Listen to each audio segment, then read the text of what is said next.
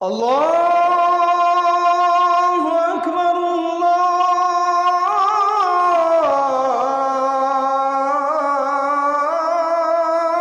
আকবার। সর্বশেষ নবীকে মুহাম্মদ সাল্লাল্লাহু আলাইহি ওয়াসাল্লাম। সর্বশেষ গাইডেন্সটা কি তাহলে? কোরআন এবং এর ব্যাখ্যা কি হাদিস আছে না নাই? অনেকেই বলে কোরআনই যথেষ্ট, হাদিসের প্রয়োজন নাই। মূল কথা হচ্ছে এই যে এই কথার মধ্য দিয়ে আপনি কোরআনকে অস্বীকার করেছেন। আমি আপনাকে দেখাচ্ছি সূরা হাশরের 7 নম্বর আয়াতে আল্লাহ পাক বলছেন যে রাসূল যা দেন, ওয়া মা আতাকুমুর রাসূলু ফাখুযু। রাসূলুল্লাহ সাল্লাল্লাহু আলাইহি ওয়াসাল্লাম তোমাদেরকে যা দেন তোমরা সেটা গ্রহণ করো। ওয়া মা নাহাকুম আনহু ফান্তাহু। এবং রাসূল সাল্লাল্লাহু আলাইহি ওয়াসাল্লাম যা থেকে বিরত থাকতে বলেছেন বিরত থাকো। এই যে রাসূল যা দেন, রাসূল যা বিরত থাকতে বলেন, এটা কোথায় আছে? হাদিসে। তাহলে আপনি যদি হাদিস না মানেন তাহলে কোরআনের এই আয়াতটি ফলো করতে পারছেন না। এমন অনেক বিধান আপনি পাবেন যেগুলোর মূলনীতি কোরআনে দেয়া আছে, ব্যাখ্যা হাদিসে দেয়া আছে। আমাদের অনেকের একটা ধারণা যে কোরআন এবং হাদিস আলাদা আলাদা উৎস। আসলে এমনটা বিষয়টা নয়। কোরআন এবং হাদিস একই উৎস থেকে এসেছে, একই সত্তার পক্ষ থেকে আসা অভ্রান্ত সত্যের উৎস। ওয়ামা ইয়ানতিকু আনিল হাওয়া ইন হুয়া ইল্লা ওয়াহয়ুন ইউহা। আল্লাহ পাক বলছেন রাসূল সাল্লাল্লাহু আলাইহি ওয়াসাল্লাম নিজের মন গড়া কোনো কথাই বলেন না, তিনি সে কথাটাই বলেন যা আল্লাহ তাকে ওহী করেন। রাসূল যে বলেছেন এই যে দাড়ির কথা, টুপির কথা, এই যে আপনার পাগড়ির কথা, টাকনুর উপরে কাপড়ের কথা, এগুলোর মন থেকে বলেন নাই, নিজের ইচ্ছা থেকে বলেন নাই। আল্লাহ পাকের আদেশ এসেছে বলেই বলেছেন। প্রতিটা কথাই আল্লাহর ওয়াহী। এই কারণে এখানে কোরআন এবং হাদিস দুটো শাস্ত্র হয়েছে। আলটিমেটলি দুটোই কিন্তু একই উৎস থেকে আসা। এখন আপনি গাইডেন্স পেলেন দুনিয়াতে কি কি ফলো করে চলবেন। এখন এই কোরআন এবং হাদিস কি হাতে ধরিয়ে দেওয়া যথেষ্ট?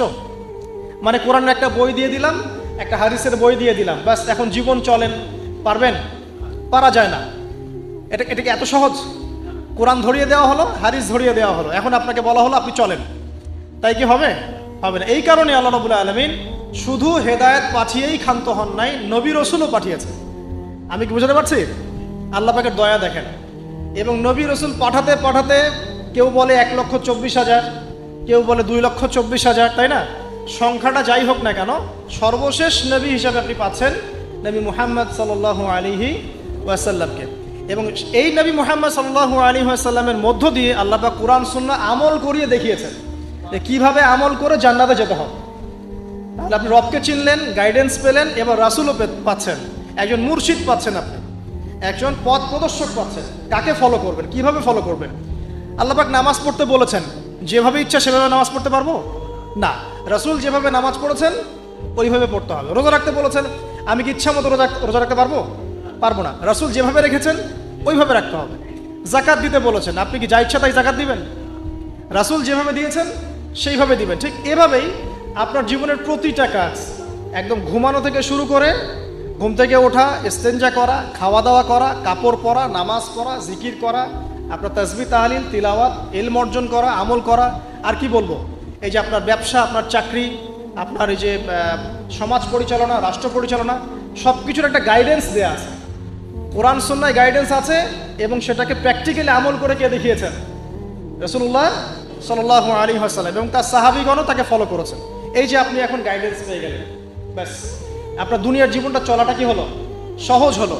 এখন যদি কোনো ব্যক্তি তার জীবনের 24টা ঘন্টাকে রাসূলুল্লাহ সাল্লাল্লাহু আলাইহি ওয়াসাল্লামের সুন্নাহ মতো ঢেলে সাজায়, ইনশাআল্লাহ তাআলা সে অবশ্যই জান্নাতে যাবে ইনশাআল্লাহ। এবং সে ইনশাআল্লাহ হাউজে কাউসারের পানিও পাবে, রাসূলের সুপারিশও পাবে, অনন্তকাল সে জান্নাতে চিরস্থায়ী হবে ইনশাআল্লাহ।